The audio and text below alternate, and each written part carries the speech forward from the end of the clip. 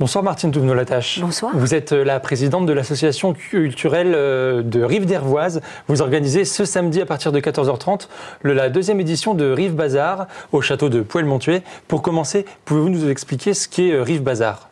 Alors, Rive Bazar, c'est une manifestation qu'on peut appeler un festival d'art de rue en territoire rural.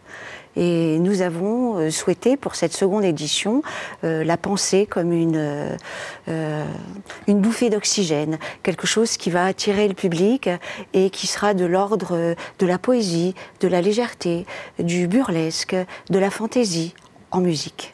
Et justement, pour réunir un peu tous ces thèmes, quel est le programme de cette année ? Est-ce qu'il y a des nouveautés par rapport à la première édition ? Alors oui, il y a beaucoup de nouveautés dans la mesure où la première édition s'est déroulée en septembre 2020, une période où tout était très très compliqué, et nous avons eu la chance d'avoir une fenêtre qui s'est ouverte avec des autorisations qui nous ont été données pour que Rive Bazar première édition puisse avoir lieu.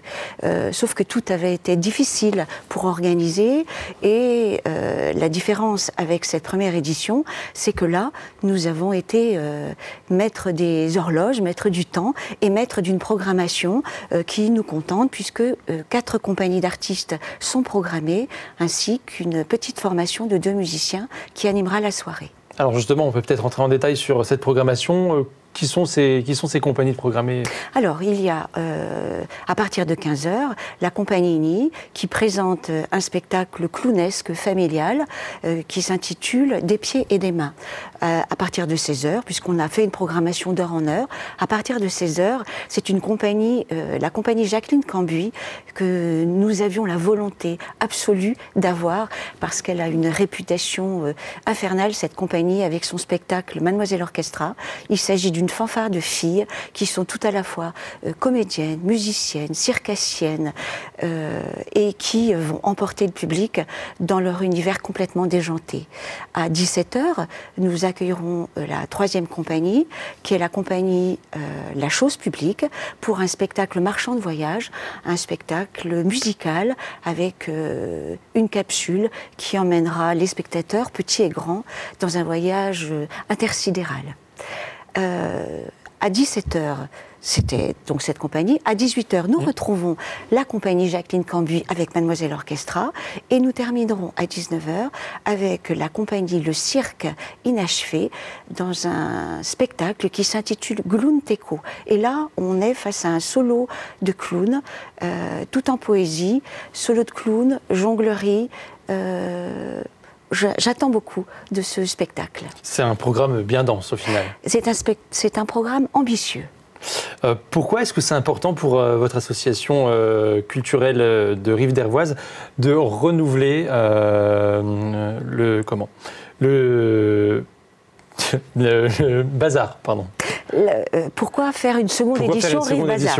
Eh bien, tout simplement parce qu'en fait, Rive Bazar, c'est un festival qui a tout d'un grand, même s'il ne dure qu'une après-midi et une soirée, qui va permettre d'ouvrir à la culture un public intergénérationnel, qui permettra aussi, par l'intermédiaire de cette culture festive, facile à appréhender, d'approcher la mixité sociale. Et Rive Bazar, eh bien, c'est un moment que nous souhaitons offrir sur le territoire de Rive d'Hervoise, en cet endroit où, en fait, nous sommes les seuls à porter ce type de manifestation.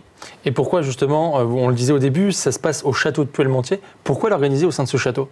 Alors, au sein de ce château, qui se trouve être le lieu de l'association d'Hervoise d'Action Sociale et Médico-Sociale, eh bien, nous avons tous les ingrédients pour réussir une fête champêtre dans un milieu extraordinairement beau et face à un bâtiment que nous surnommons effectivement le château et qui est un bâtiment patrimonial.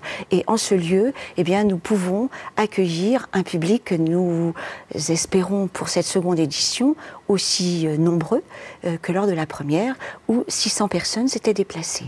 Et donc vous en espérez tout autant cette année, voire même plus ? Eh bien, si le soleil est de la partie, nous en espérons évidemment plus. Alors, on va s'arrêter un instant sur votre association, l'association culturelle de Rive d'Hervoise. Quel est le but de cette association?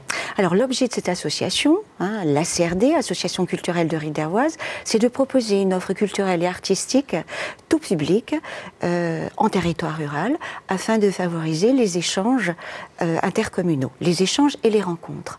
Alors, nous y avons ajouté au sein de l'ACRD quelque chose qui nous honore, puisque l'ensemble des spectacles et la programmation que je viens de vous présenter sont gratuits.